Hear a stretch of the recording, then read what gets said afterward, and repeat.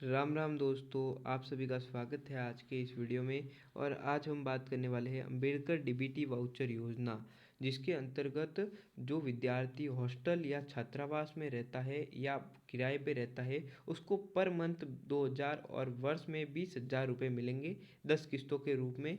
तो इसका फॉर्म कौन कौन भर सकता है, इसकी योग्यता क्या है और कौन कौन से दस्तावेज चाहिए और ये कहाँ पर भरा जाएगा और कौन कौन इसे भर सकता है, इस वीडियो में हम बात करेंगे इन सब टॉपिकों पे। तो आपको इस वीडियो को अंत तक जरूर देखना है। और जो ओबीसी और ईडब्ल्यूएस के छात्र हैं उनको भी ये मिलेगी, तो वो भी इस वीडियो को अंत तक जरूर देखें। और आज की वीडियो अगर आपको अच्छी लगती है और आप ऐसी ही कुछ स्कॉलरशिप रिलेटेड जानकारी चाहते हैं तो हमारे चैनल को सब्सक्राइब कर दे और इस वीडियो को लाइक कर दे। तो चलते हैं वीडियो की तरफ, शुरुआत करते हैं। तो देखिए, यहाँ पे राजस्थान सरकार द्वारा अंबेडकर डीबीटी वाउचर योजना के संचालन की प्रक्रिया के लिए जो सामाजिक न्याय अधिकारिता विभाग द्वारा जो अनाउंसमेंट की गई है वो ये रहा। और देखते हम किस कौन कौन से जो कैटेगरी है उनको ये मिलेगी।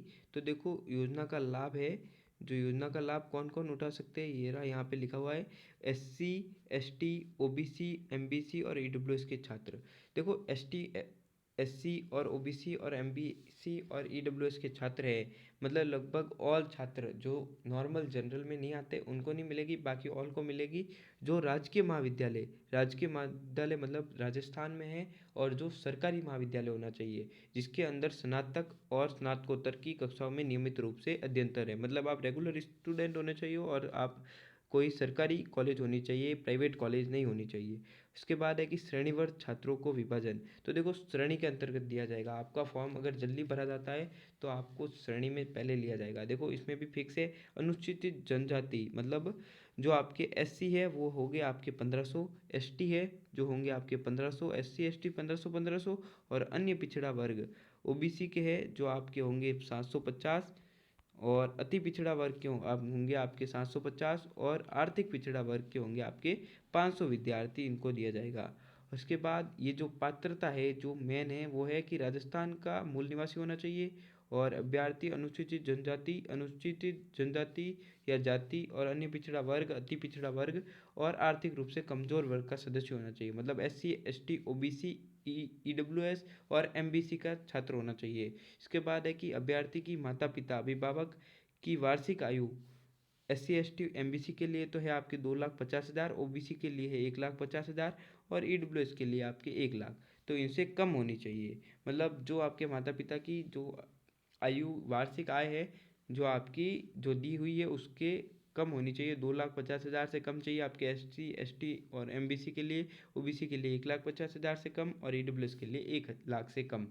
तो इसके बाद है कि जिला स्तर पर स्थित राजकीय महाविद्यालय में शैक्षणिक पाठ्यक्रम में अध्ययनरत, मतलब राजकीय विद्यालय होना चाहिए और वो छात्र होना चाहिए, छात्रा को नहीं मिलेगी ये।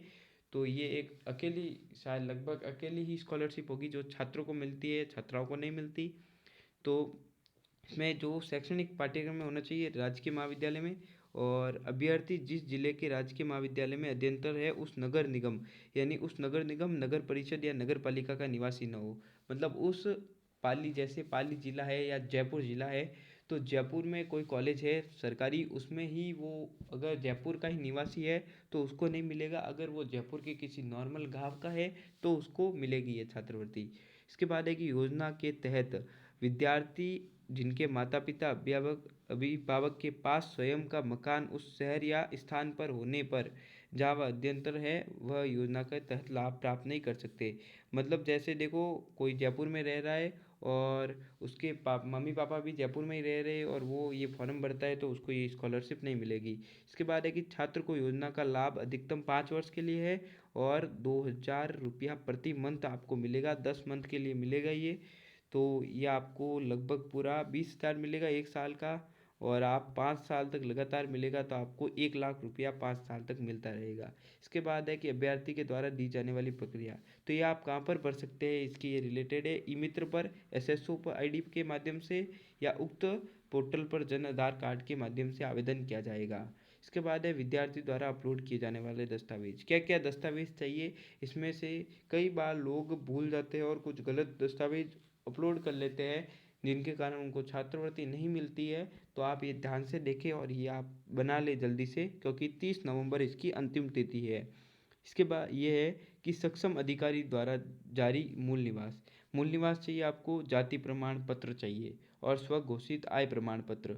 आय प्रमाण पत्र चाहिए आपको एक एक मूल निवास, एक जाति प्रमाण पत्र और एक चाहिए आपको जन आधार कार्ड, आधार कार्ड की फोटोकॉपी और एक चाहिए आपको स्वयं का बैंक का नाम, बैंक खाता, एक बैंक अकाउंट आपको स्वयं का नाम का चाहिए। इसके बाद है कि जिला में स्थित राजकीय महाविद्यालय में नियमित अध्ययन होने के प्रमाण पत्र, मतलब आपको अपनी फीस रिसीप्ट चाहिए, फीस रिसीप्ट या स्टूडेंट सर्टिफिकेट कुछ चाहिए। इसके बाद है कि प्रमाणित किराए का मकान का प्रमाण पत्र, मतलब जो आप किराए पे रह रहे हैं उस मालिक द्वारा एक आपको किराए की रसीद है वो लगानी है यहाँ पे। इसके बाद है कि गत वर्ष उत्तीर्ण कक्षा की अंक तालिका की प्रति, और इसमें भी आपको 60+% चाहिए गत वर्ष की, मतलब आप 12th में पढ़ते हो तो 12th में थे तो आपके 12th में 60+ होने चाहिए, कोई भी कैटेगरी का हो।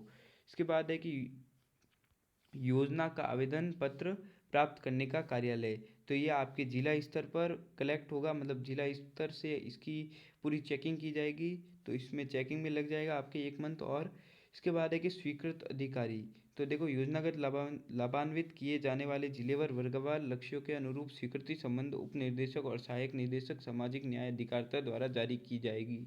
इसकी लिस्ट है जो आपके उप निर्देशक और सहायक निदेशक यानी जिलाधीश के द्वारा जारी की जाएगी। इसके बाद है देय राशि 2,000 रुपये प्रति माह, अधिकतम 10 माह के लिए देय। इसके बाद है भुगतान प्रक्रिया, तो ये आपको हर मंथ मिलेगी, प्रति माह मिलेगी। और प्रक्रिया का विनिर्णय, इस प्रक्रिया की व्याख्याता आयुक्त निर्देशक सामाजिक न्याय अधिकारिता विभाग द्वारा दी जाएगी और वही अंतिम बाध्यकर मानी जाएगी। किसी भी विवाद से संबंधित विभाग आयुक्त निर्देशालय का अंतिम निर्णय रहेगा। ये यहाँ पे साइन है। तो ये था आपके जो सब था आपके डीबीटी वाउचर से रिलेटेड आपकी पूरी जानकारी। तो आपको डीबीटी वाउचर की पूरी जानकारी प्राप्त हो गई होगी। ये किसके लिए है? एससी, एसटी, ओबीसी और जो आपके एमबीसी वर्ग है, नया बना है एमबीसी, और एक आपके हैं ईडब्ल्यूएस, ये सब के लिए है। और इनकी कुछ आय है जो लिमिट रखी गई है, और ये सिर्फ बॉयज़ को मिलेगी, बॉयज़ छात्र को, और गवर्नमेंट कॉलेज होनी चाहिए। तो ये वीडियो आपको कैसा लगा? अच्छा लगा हो तो वीडियो को लाइक और चैनल को सब्सक्राइब जरूर करें, और ऐसी वीडियो के लिए चैनल को सब्सक्राइब करें।